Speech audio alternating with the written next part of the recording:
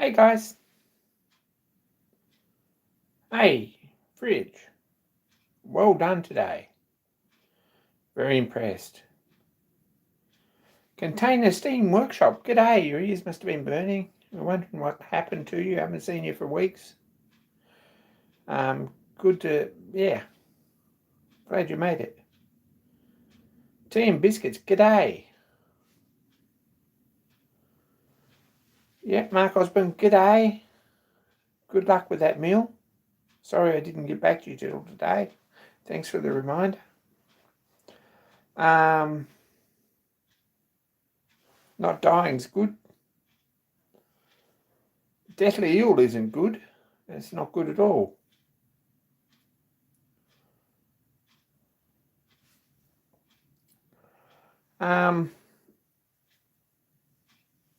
Now, fridge has been up on top of a shed, on top of a tractor, putting a roof on a shed over the roller, which I'm really impressed about and very, very happy and delighted, absolutely. But of all the days he gets everything all in the line to do that, it's raining. So, yeah, don't think he got struck by lightning.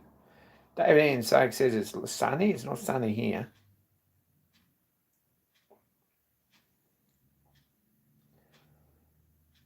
It stopped raining momentarily today, but probably not here. It stopped raining on the Gold Coast, which is an hour away where I work. Oh, well, not an hour, but yeah. Here was a bit miserable, apparently. So that's what's been happening. I actually put a video up. I've got sort of a couple of New Year's resolutions, which probably won't last, right? So make the most of them. One of them is to post some more videos. We'll try and post some videos, shoot content, but I never ever get it edited. So I need to keep on top of that. Journeyman Randy, g'day.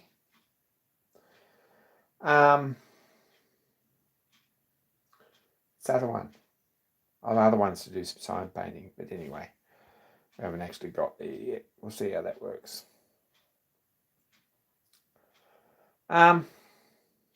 What happened for my weekend?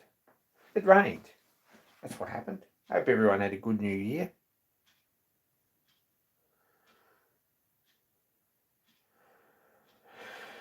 My weekend was mostly involved in... Hey, James. Was mostly involved in removing some of these studs. Right, that was probably the better one that came out. And as you can see, that's still got a... Can you see? That's got a bend in it anyway. I reckon that these are all wrought iron because they're really soft. You bend them twice, they just crack and break off. And there's no way that any of them were coming out. Mostly because they're all through feeds. But there's a video about that. I actually uploaded that. A lot of them ended up basically, see, that one's busted off. Pretty ugly. 624 Dudley, g'day, good morning. This one's busted off on this end. Someone tried to undo the nut, but this end's cut off. And this end's cut off too, but it's sort of cracked. That's wrought iron, I reckon. Look at that, crystalline fracture where I didn't cut all the way through. Not much good. They won't probably end up being wrought iron. They mightn't be much better, but they probably don't have to be any better. But not wrought iron. I'm not that much of a stickler for punishment. So there's 4 half-inch ones, which or 6 half-inch ones so far. 6 of those. Some of these are sort of all right because they're so short, and they mostly, some of them come out. There they are. They're a bit ugly though. The threads are really ugly. And most of them are bent. Some of them are busted off. They're really crystalline, so I reckon they're wrought iron. So, new studs in order, all round. There's 6 of those and 4 of these at this point. There's probably 6 more short ones in the bottom.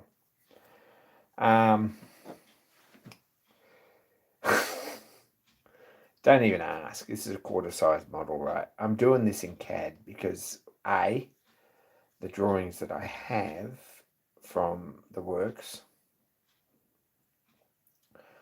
are basically terrible on account of them being 170 years old. And the bits that I have are sort of somewhat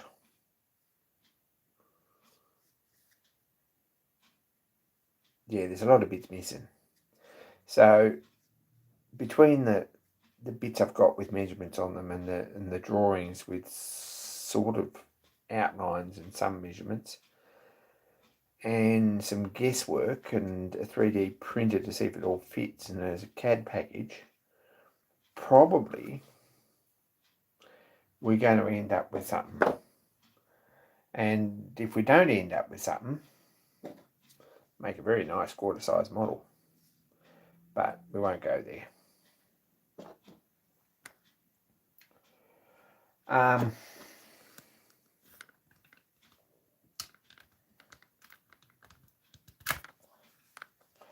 So that's the 6 that we took out, except for this one here.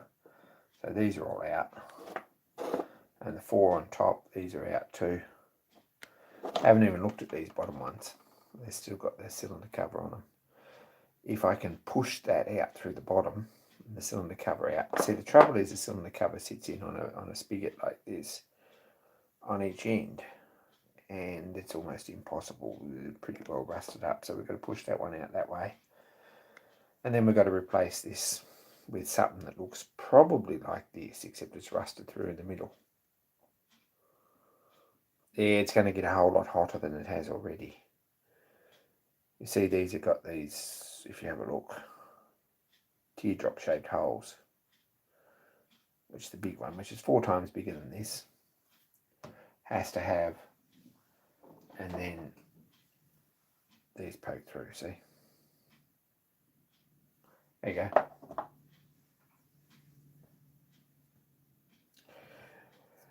This has been on the one I've got's been cut off here flush, this spigot, so it's got a big hole in it, and then someone's bolted a plate on here, a bit of 1/4 inch plate, with three screws to block up the hole, which is very ugly.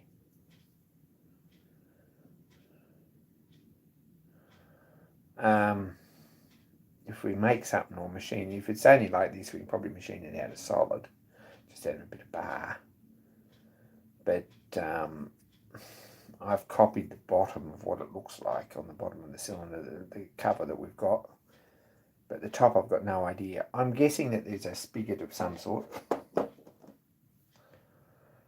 there with a thread in it that operates. There's a tallow cup or a lubricator or something on there. Maybe. I've got no idea, but we're still looking through details on that if anyone knows. It's a long shot. So,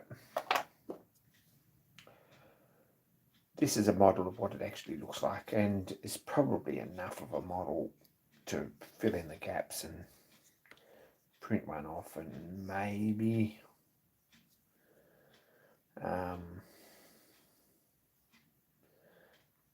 can't see it being ever a very fun thing to cast actually in that shape.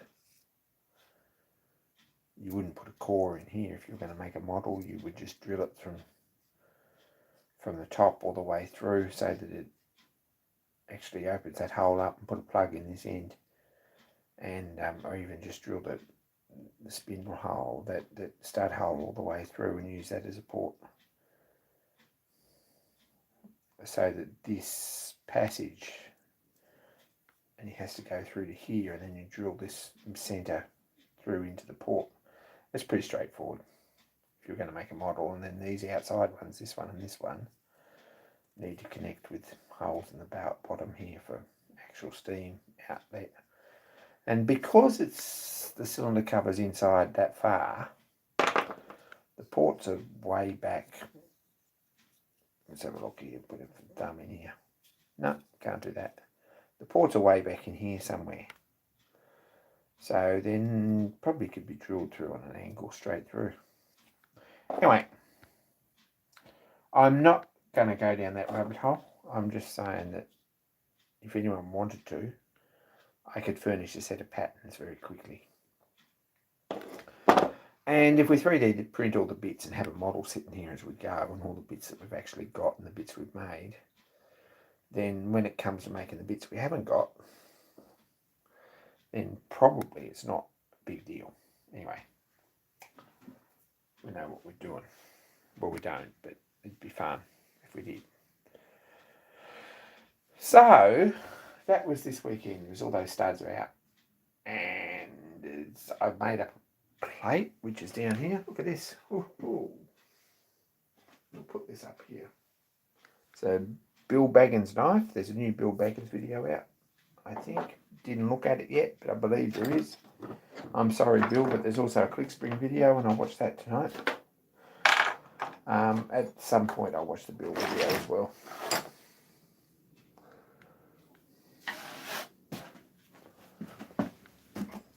So, we've made a press. Look at that.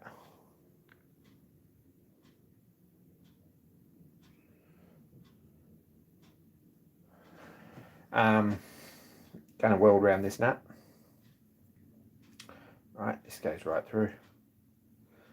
So you're going to weld around one nut, undo the other nut, weld it on the end here. So we can put a spanner on it. And then we've got this bolted on the cylinder. We can push the conrod, push the piston rod out, I hope. That's my theory. Anyway, done that. Bored this one last night. Got this ready to weld up. At some point I might do that. It might be this weekend if we get the welder out, if it dries up enough. We could do it now. No, the welder's down the back shed. There's a lot of junk in the way. Got to skidge it out and actually allowing you to smash the piston into smaller bits. That's not the end of the world, because I don't think the piston's particularly complicated if we need to make one. I really don't. I think the piston is really quite simple. I think it's just two basic halves with a rod through it and a nut on one end and a ring in between. I think that's basically all that is. And I think that if we had to get a bit of 4-inch cast iron, because that's all it is, it's only sort of this big round, we could certainly make up a couple of piston halves and make that up. That's pretty straightforward. And it might come to that yet. But be more concerned about getting the rod out without damaging the thread, maybe. Or making it so that we can set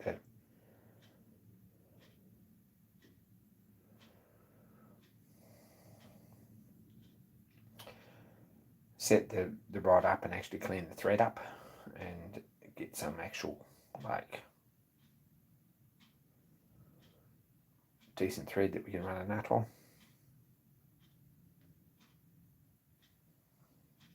So that's where we're at. He wanted to sort of not that fussed about the piston because, hey Kevin, Brendan, g'day. Model engineer hasn't turned up with your article in it yet. Can't wait to see it though. Anyway, so that's the plan of attack. We'll get this in and get it done up nice and tight. We're going to throw the whole thing on the fire. Let it cool down overnight. Get it nice and hot and let it cool down. And squirt some rust release stuff on it, probably. And put a bit more pressure on and see if it pops out. Anyway, James, we'll get to that. Sorry, guys. So, that's where we're at. That was last night's job. Finished that. So there's actual progress on that.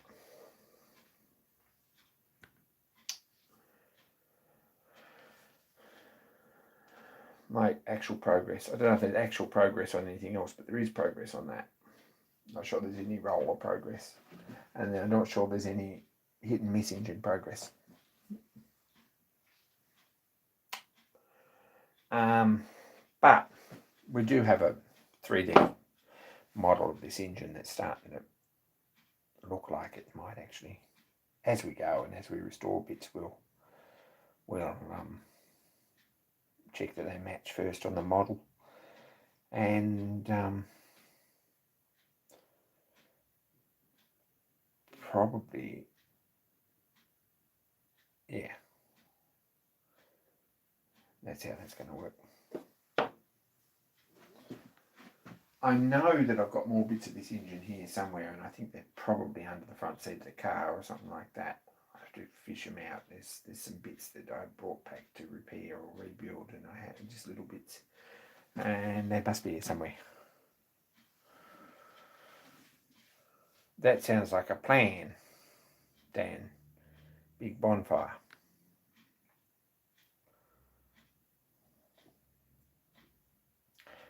It's also a fun exercise if you're messing with CAD. Someone asked which CAD program I use, but this is onshape.com, which is still free, and it's cloud-based, and if you've got a free account, then your files are available to everyone. But it's also fun to surf through and see what other people are making too. Good fun. But this is Onshape. It's a fun exercise when it's rainy to actually work out how you're going to make all these patterns and shapes and things up, and you end up with something that looks actually like the bit that you started with. So that's a job. That's a job. It's one of those engines, every time you look at it, is $100. So we'll see. Probably just going to get some square key steel to cut these out of. They've got one square on them left.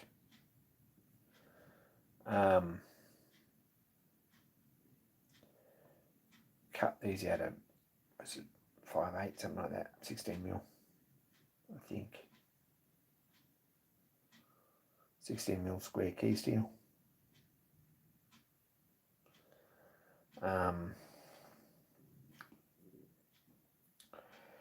Put a thread on each end, and then set them up and machine the 3 of the points off in the dividing head to get these.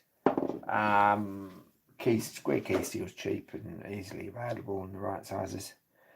I don't think it's particularly good quality. I think it's EN6 or K1040. K1045, I think, key steel. I did look that up. Not particularly good, but it should thread reasonably well, and it's certainly going to be as good as these wrought iron ones, which is a bit awful. They're likely to break off. So that's a job.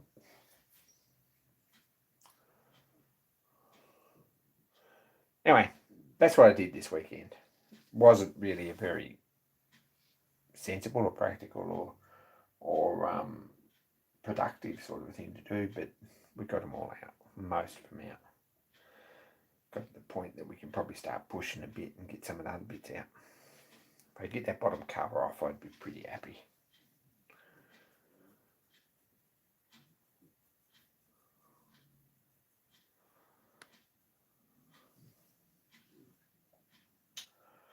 Other jobs. Did a bit to this. This is coming along. This is... Morning, Darren. It's Wednesday. It's the 3rd already. It's like 51 weeks, something like that. 51 weeks to Christmas. Is that helpful? Probably not.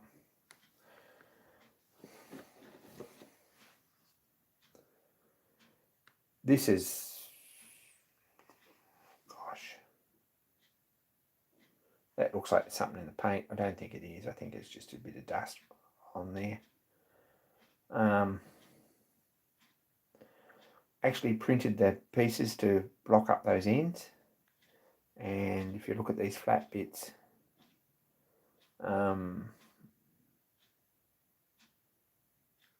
there and there, I've actually put a little bit of machine allowance on there, just printed some extra bits and glued them in place, run a bit of fill around them. So that should be about ready to cast before very long. I might go up on Sunday and do it. We'll see how I feel. If it happens, it happens. Probably won't.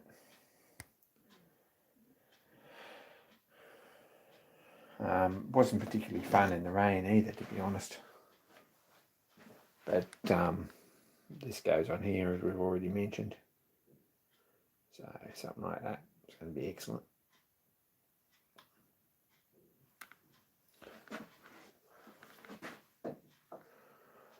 I just put a coat of paint on that before I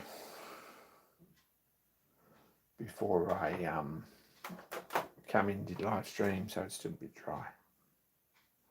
Yep, had hot cross buns already this week. Really awesome. Very impressed. Hi Frank, g'day.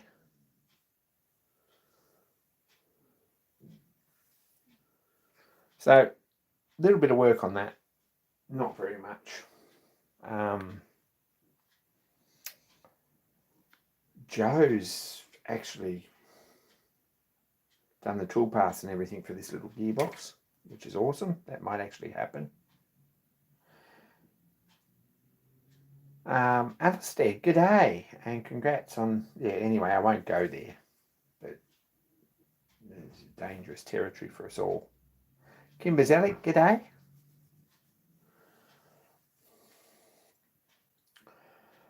So Joe started,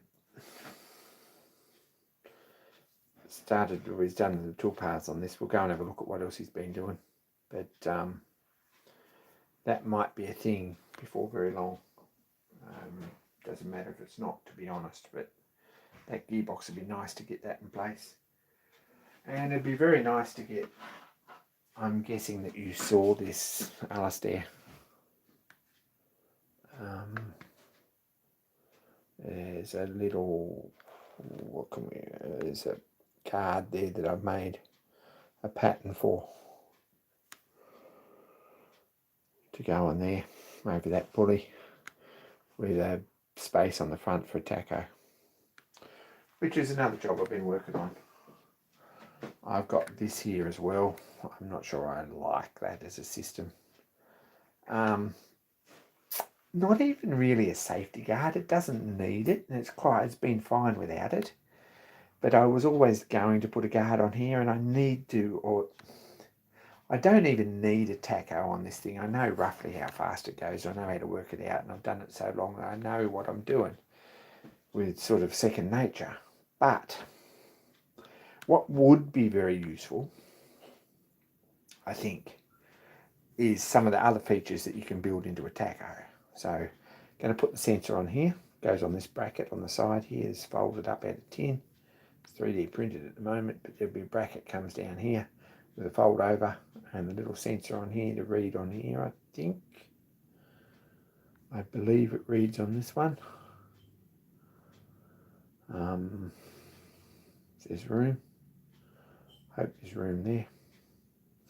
If it doesn't, if there's no room, it'll probably read on this one, but probably not going to do that. We'll see.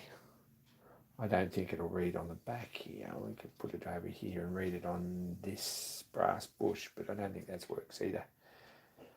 There might be space on that brass bush if you pushed a collar on here with a stripe on it or whatever. But anyway, the thing that we're going to do is put that taco on that guard, right, somehow. And one of the features it's probably going to do, which I'm sort of looking forward to, is to give me a spindle count. So we can count the turns, 1, 2, 3, 4, 5, 6, which is very useful for thread cutting, but more importantly, it's very useful for spring winding. That will be a very useful feature for it to have. And also, yeah, there are reasons that counting the turns would be a very good thing to have. So we might as well make it look pretty as opposed to ugly. And we could just put something on here, and we could put a little plastic zippy box or something on here and have it in there. And it'd look alright, I guess. Or we could put a bit of 1/4 inch right up here and have the zippy box up here somewhere. Or we could have it over there on the back near the VFD that you've got to reach over the machine all the time. Or we could put something down here on the front. But you've got to run a wire. It looks a bit ugly and it doesn't really look like it landed on it. Well, it looks like it landed there. It doesn't actually look like it's part of the machine. And I'd hang on to this a little bit better, except that the paint's still a bit damp. I'll wipe that dust off there so that it doesn't look like it's all dusty. That's going to go on there like that. In a nice green with a polished aluminium surround on it like that. That bead on the edge, we're going to leave aluminium, paint the rest green. I think it'll look pretty fantastic. Pretty happy with that. So yeah, like lowering a car. It's not even sure it's useful, but it does look cool, and it gets that belt out of the way.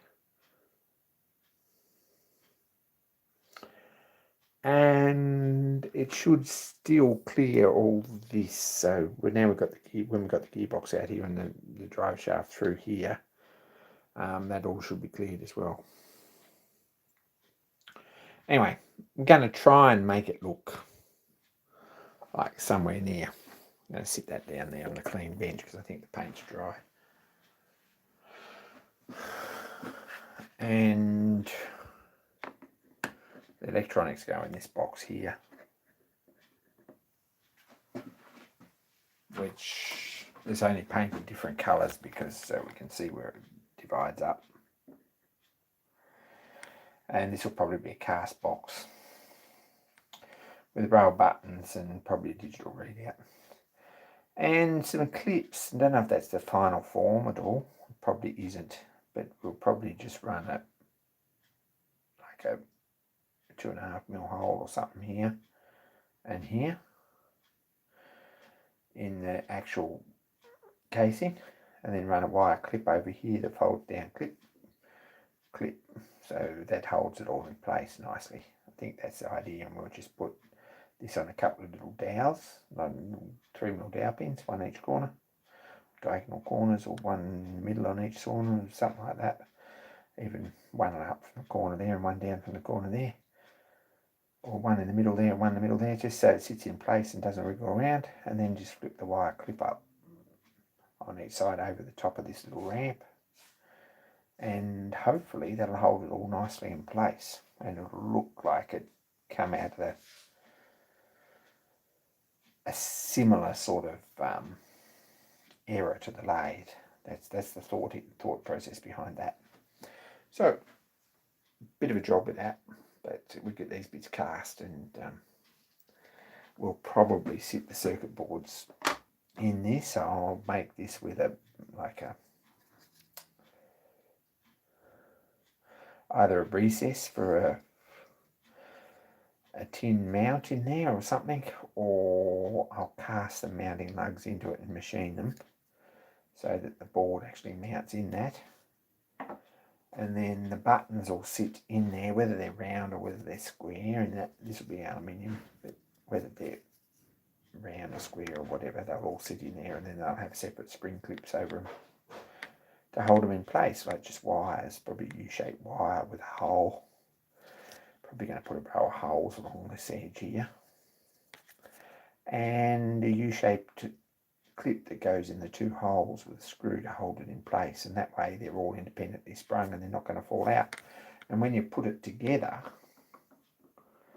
with a bolt through from the inside or bolts on the outside, something like the screws on the outside, something like that, all that modules together, and you can just sit on there and clip it in place, push the wire through.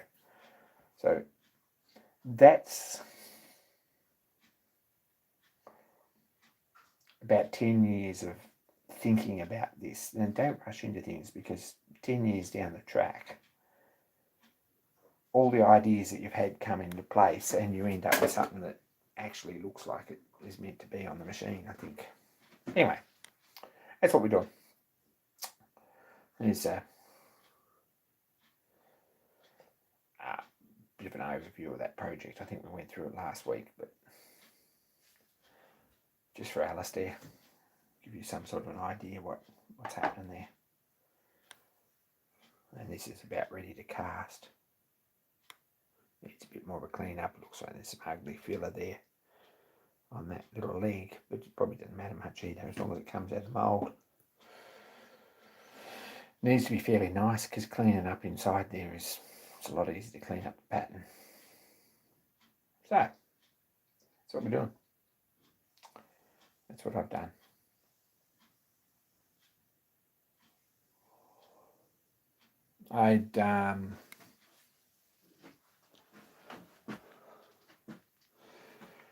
When this gearbox is made, which looks, there's basically the final version in 3D print. It's a quick 3D print's a bit ugly, but just to see how it fits. Let's kick some light over this side. Right, it goes on there like that, and it's got support out this side with a nice taper there, so that it's fairly easy to keep clean and keep the chips out of there when they fall in. Give that a brush off and it's right. And it's also got some nice edges on there so that it holds a coat of paint. If you put sharp edges on it, then it all chips and rubs. So that goes there. We've already got one hole here. This needs to come apart, and we need to machine the other one matching on the other side for the other bolt. And we need to machine a ridge in here for the pop-out fence, which doesn't look anything like that. That's one off a table saw, off a circular saw. But that's sort of the thing, and that's going to pop the dog clutch out when it gets to the end. It's going to be a bit smaller and a lot neater than that, and probably a little bit more solid.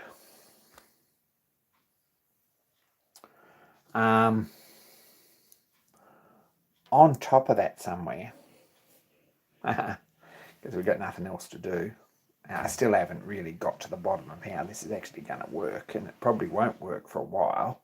It might be another 10 years thinking about this one. But I'd very much like to put this micrometer head here, or over this side. It'd be really nice. Right.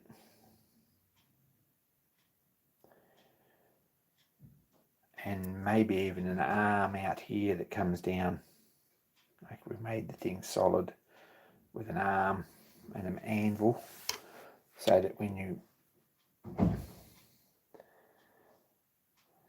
can set it up against I don't think we're going to have the micrometer head actually moving it, but so we can set the fence up against there, and I don't know if it's even going to work, but we can accurately work out where it pops off the end of the dog clutch and where your power feed ends. So it might be a fun little refinement. Whether it's going to look good anyway, whether it actually works. It's also like lowering your car. So this is going to be something like this through here, with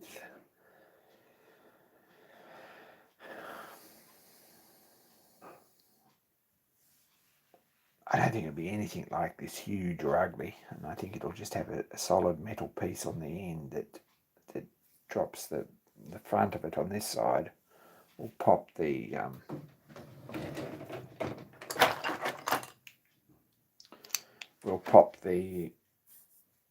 dog clutch off.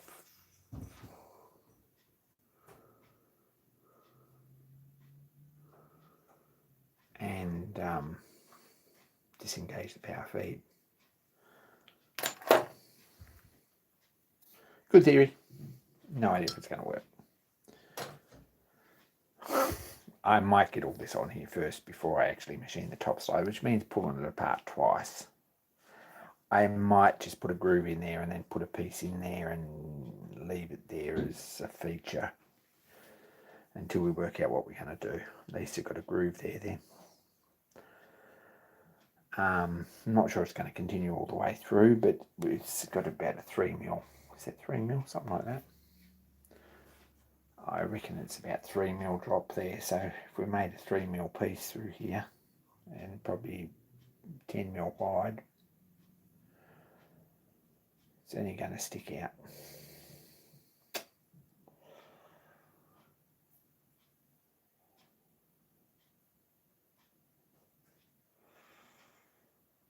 Bit of 3x12 ground flat stock through here would be nice. And a little, like a anvil screwed on top there, crossways and down the side, that the micrometer head can touch on. And then we need to put like a, hey Paul, and we need to put like a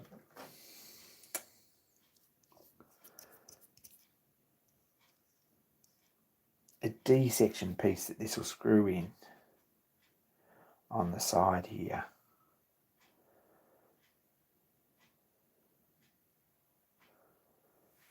This is inch travel.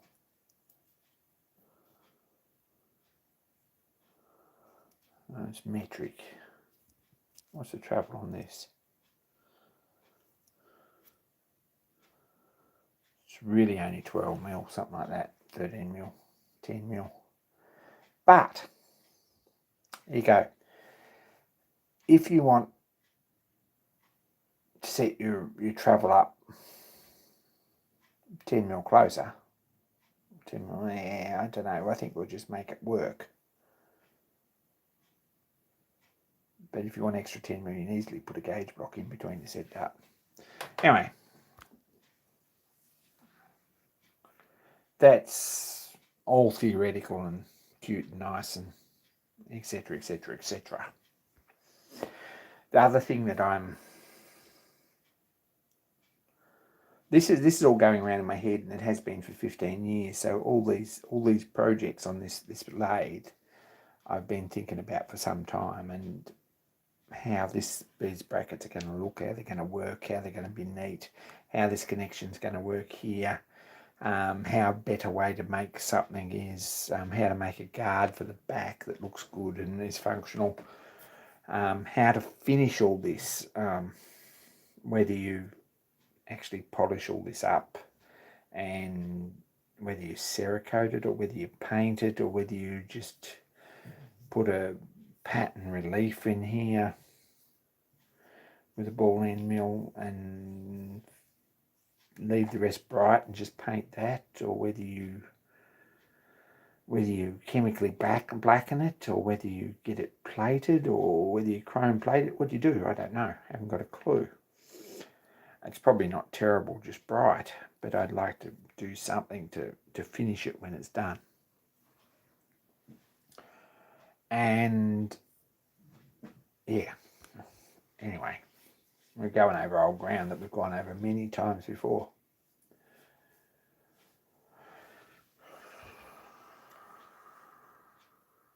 And that's what's happening. So sorry about that, guys. It's James's fault. You see, he said it. It was his fault. You can see that. You can blame him.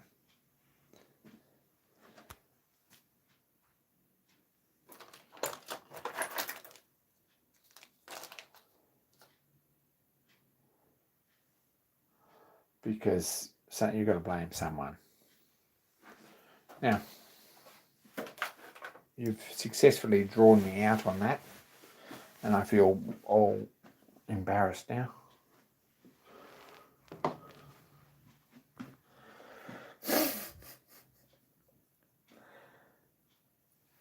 Now, while I was cleaning out looking for stuff, right, here you go. I've got this little tin that says 12mm diameter boring bar, TPMT 09029 by 2 triangle tip, 9mm across the edge, 2mm thick, 0.4 radius.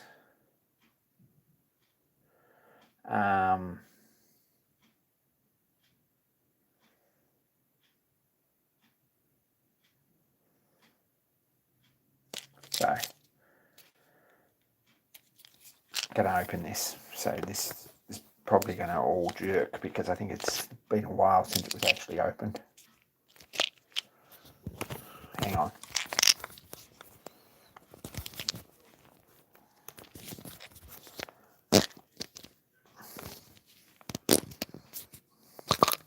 Right, I got it open. Right, this is a beautiful bit of gear, but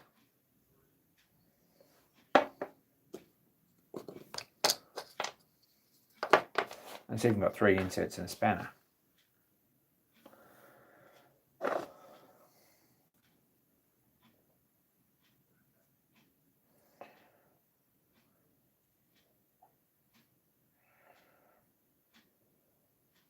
Right, solid carbide boring bar. I believe, or I thought I had the rest of the spindle. I don't know where that is. But probably braze it back onto a piece of cardboard and make a carbide and make a half decent boring bar out of it, or you could make a board on it, braze it on a bit of steel and make a decent carbide head bar, composite bar out of it. Don't know. Anyway, it's something that's there that probably we'd like to get fixed, but too good to throw away.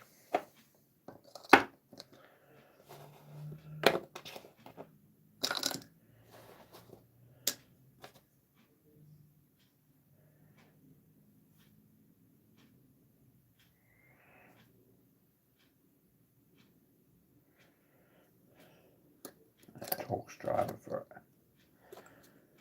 No idea where the rest of the bar is. I thought it was in there. Anyway, that's another job that we were looking at. And it's a 1/2 inch Whitworth tap, which we're going to need before we finished. And some 5811 Whitworth gun taps, which are also very nice. Going to need them too before we finished. Don't know why.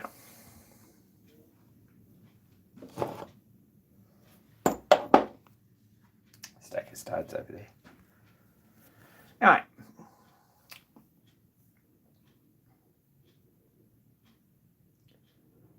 I'm guessing everyone knows how to... Hey Mark, good day. Where's your friend? It's Mark's friend too. Mark Shed Talk. Go and check out Mark Shed Talk's channel. And Mark on Facebook. You should all do that. Mark is restoring a Fowler T-Series roller, which is the baby brother or sister or something to mine. It's a absolute, it's coming together very nice. It's going to be a pretty little roller. It's only about half as big as mine, I think.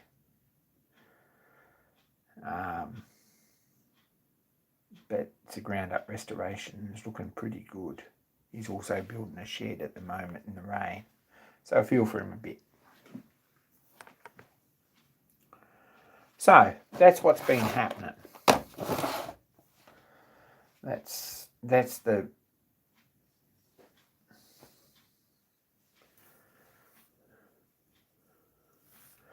the roundup in this workshop. We haven't done anything at all with that little engine over there. Very slack, very slack. 8 ton in working order, yeah. Well, mine's 15. So not far off.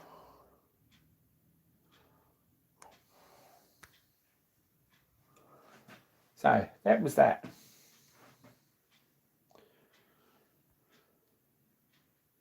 Peter, thanks heaps for the link. Really appreciate that. When you're finished here, go and click it.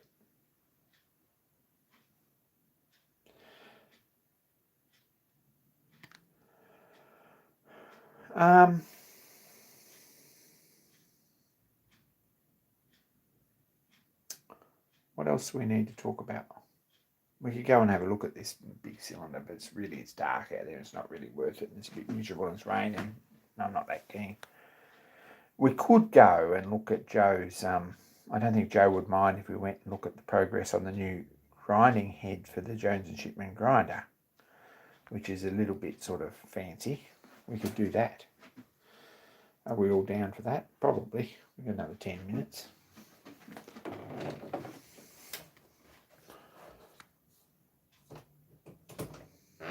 We'll move away from that because James is a bad influence, and if we get talking on this and any sort of animation, we'll be here in 2 hours still. You know me. Let's have a look.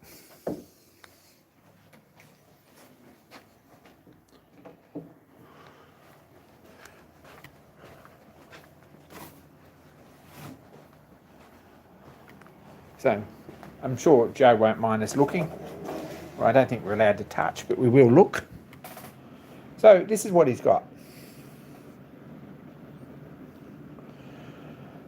This is looking all right. Kevin, it might interest you, but it's a very foolish path to wander down, I think. But he's got it going.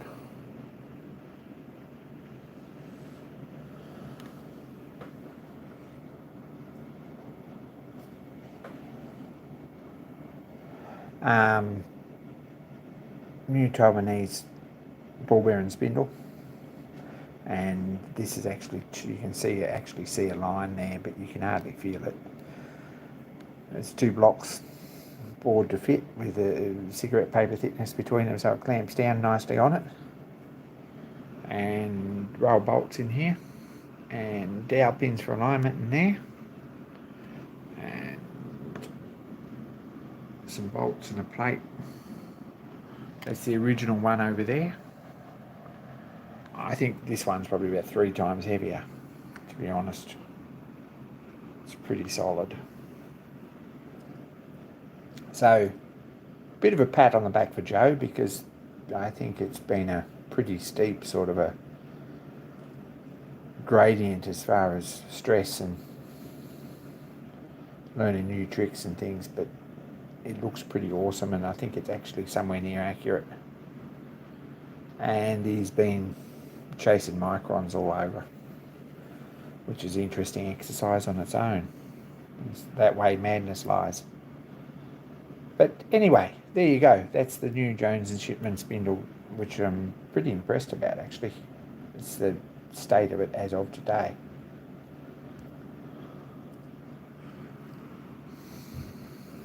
So big pat on the back for him. That's awesome.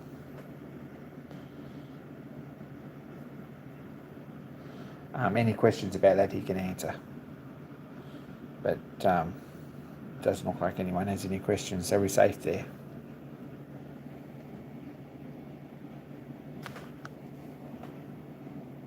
There's a plate hole that goes on this that retains it laterally on this groove, I believe. And then there's a guard that screws on that plate. And there's a pulley goes on the back, which I think is going to use the original pulley and make a new centre for it. So there we go.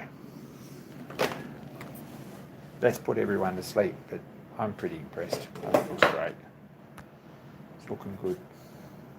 We all told him he couldn't do it, but he's proved us all wrong.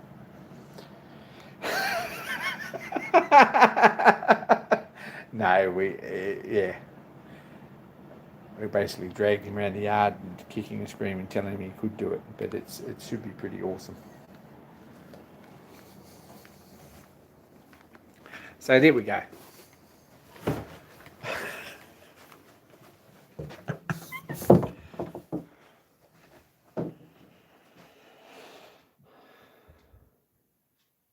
A BSA Hagen saw on Facebook Marketplace. Probably. I have an advertisement for one of those. The advertisement says, look, I kept it as a sort of a curiosity, not because I ever wanted a Hagen swing saw, but it does say that it can be used to trim the sides and tops of hedges. And to my mind, that was something that's sort of advertising gold. Probably you need to go and start one up before you start thinking you're going to trim the sides and tops of hedges with a Hagen swing saw.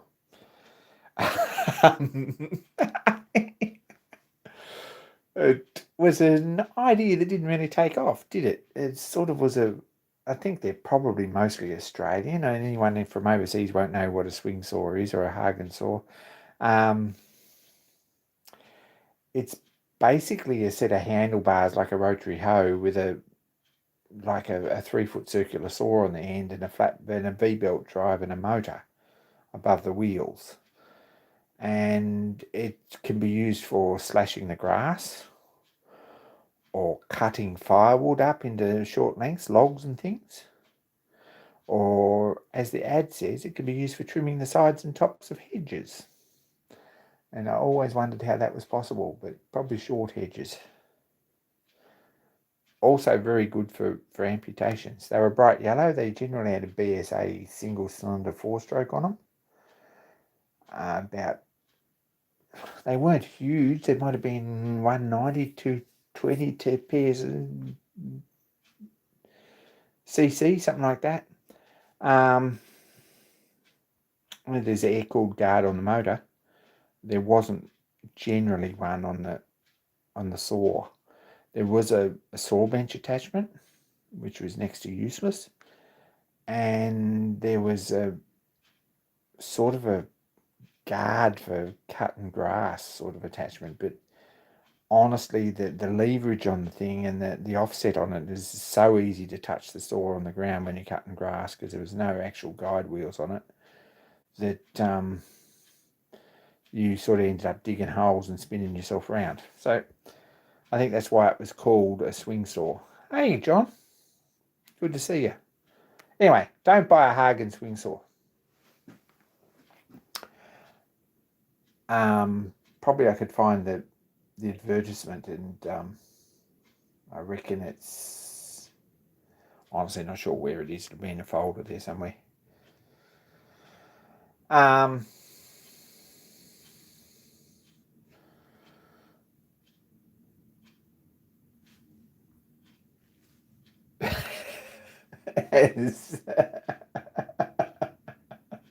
Yeah, I think the main reason I kept that was that it can be used to trim the sides and tops of hedges, and that always impressed me a little bit. Because it's dangerous enough with both wheels. Sort of about 8-inch rubber tired cement mixer style wheels. It was dangerous enough on the ground, let alone like putting it on 2 planks to trim the top of your hedge. That it just wasn't a thing. Anyway, good gear. Hagen's, I believe, were probably in South Australia. Might be wrong. They might have been Sydney based. I think they were South Australia. Good to see you, John. The drone photography looks like it's progressing. It's pretty awesome. Looks like you're making things too, and I haven't got to asking you what they are yet, but I'm sure we'll know in good time.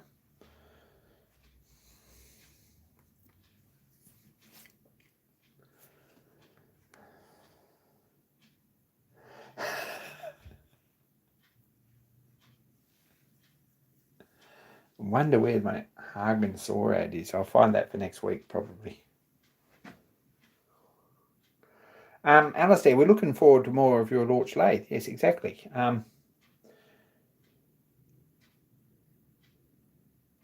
We're looking forward to more of your Lorch lathes, because if we go back in time, there was another one as well, I believe.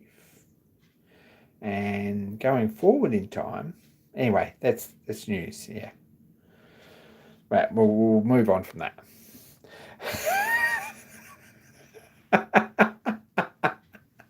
we'll just pass over that, Alistair. Sorry. I spent today fitting a stiletto blade and a walking stick. Are they actually legal?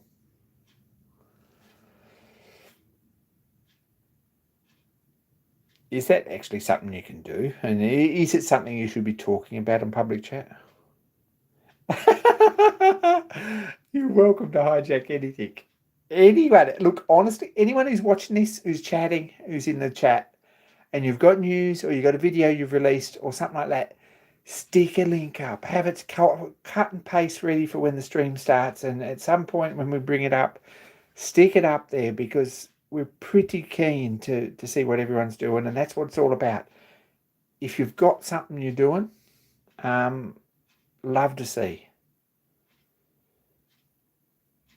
Haven't you bought a TARDIS? Didn't you? Yeah, anyway. Trouble is, next minute you've got a line of Daleks. It's a bit of a problem. And as you've heard me on this subject before, if you buy a TARDIS,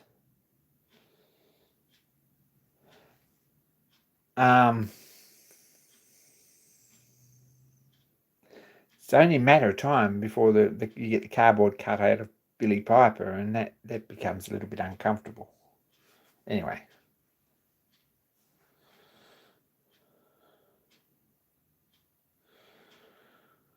I'd love to see a stiletto cane. Sounds like a pretty awesome project, actually. Keeping the dream alive.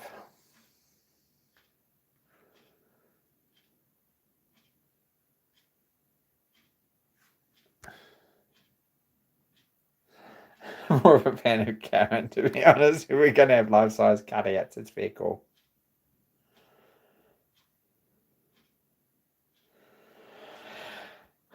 So,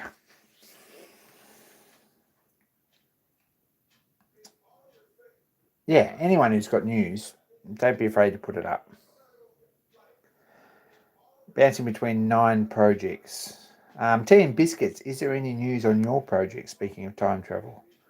Not sure what's got to do with time travel, but we're waiting for that to land too.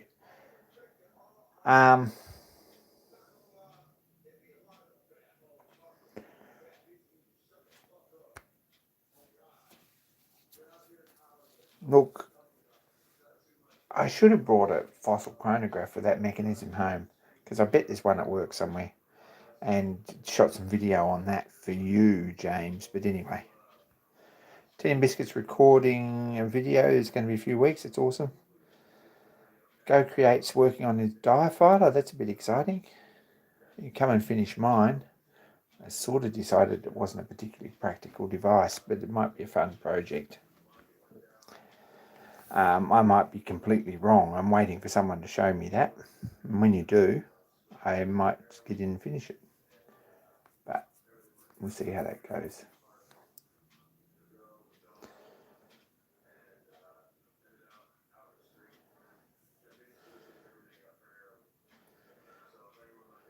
Anyway, so it sounds like we're all doing exciting things. I'm not sure I am doing exciting things, so I'm putting some filler in that.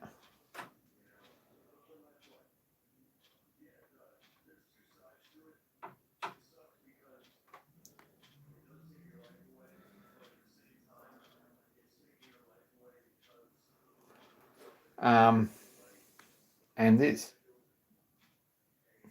And making tools to make tools, yes. Dan fell off a ladder. He's not very good on ladders. He's not a heights person, Dan. I don't know. It's sort of... he's got a sort of a disadvantage that he's already grown through the top of his hair. And, yeah. He's not good on ladders. But... I'm going to see that little Stuart Wobbler running. It's actually in a box here, and I've moved it 3 times this last couple of weeks, so probably we should finish that too. There's not a lot of work in it. And I can make a video, because I've got a like a New Year's resolution, I'm going to make more videos, and I actually put one out last week, so maybe we need that excuse, and it'd be a quick job. But anyway, full self-esteem and stuff gets in the way a bit. Anyway, I might call it because my battery's getting low, and really impressed that everyone tunes in. It's really awesome to catch up with you. Evaporos sounds alright. It also sounds very expensive. We'll see. It is a bit of a mess. We'll see if I can get it out my way, and then those sort of things will probably happen as we get more desperate. But I'm going to call this. Thanks, guys. Really appreciate you tuning in. Check out some of the channels, all these awesome people that are talking about stuff they're doing on Instagram or on YouTube or wherever they are. And make cool stuff yourself. Like, absolutely go and make cool stuff, because that's what life's all about. And if you can't make cool stuff, buy cool stuff and pull it apart and fix it. That's the other way forward. Not sure either of those things are working for me. Anyway, I'm out. Thanks, guys. I'll be on Discord for a bit, I guess. I'm going to make another cup of tea at some point. And we'll catch you next week, or if there's not a video before. Take care.